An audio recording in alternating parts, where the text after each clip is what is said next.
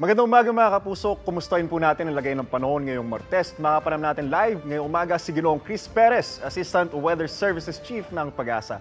Good morning, Sir Chris.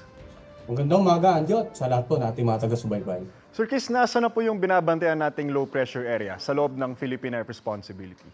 Anjo, kanina madaling araw nga, no, mga alas 4, ay ang low pressure tinatayang nasa layong 835 kilometers east-northeast ng extreme northern Luzon. At bagamat malit ang tsansa nito maging bagyo within the next 24 to 48 hours, ay patuloy tayo nagbo-monitor sapagkat in some ways, itong low pressure area na to at isang napakalayong low pressure sa labas ng PAR ay patuloy na nag-influensya ng habagat na siya namang immediately nakaka-apekto nga sa ilang bahagi ng ating bansa. Particular na sa mga lalawigan na nasa kanlurang bahagi ng Luzon at ng Visayas. Sir Chris, bukod po dito sa low pressure area na binabantayan natin, may iba pa na minomonitor?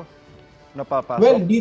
Well, dito sa loob ng PAR, Anjo, itong low pressure area na lamang ito yung weather system, no, bukod nga doon sa habagat na nakaka-apekto sa western section ng ating bansa. Sa labas ng ating PAR, may makikita tayong cloud clusters pero napakalayo nito at wala pang direktang epekto sa anumang bahagi ng ating bansa. But we're not ruling out the possibility na itong low pressure dito sa may bandang silangang bahagi ng southern part ng Japan ay maka-impluwensya sa magiging movement nitong low pressure area naman na nasa loob ng ating PAR. Kaya continuous monitoring tayo dito sa Pag-asa regarding these different weather systems.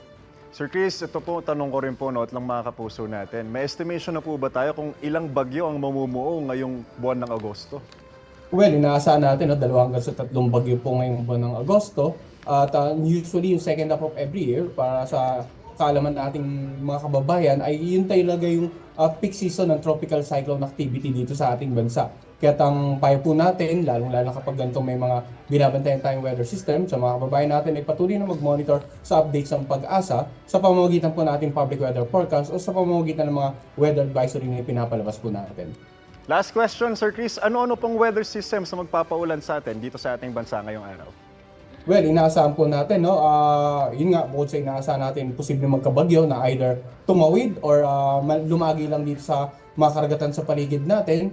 Yung habagat patuloy na magdudulot din ng mga pag-ulan sa ilang bahagi ng ating bansa. And we're not ruling out yung mga localized thunderstorm, low pressures na pwedeng makapekto sa ilang bahagi po ng ating bansa. So there will be a variety or many weather systems that we are expecting to affect the country during the second half of this year po. Sa last quarter naman, posible namang umiral na yung Amihan or yung Northeast Monsoon.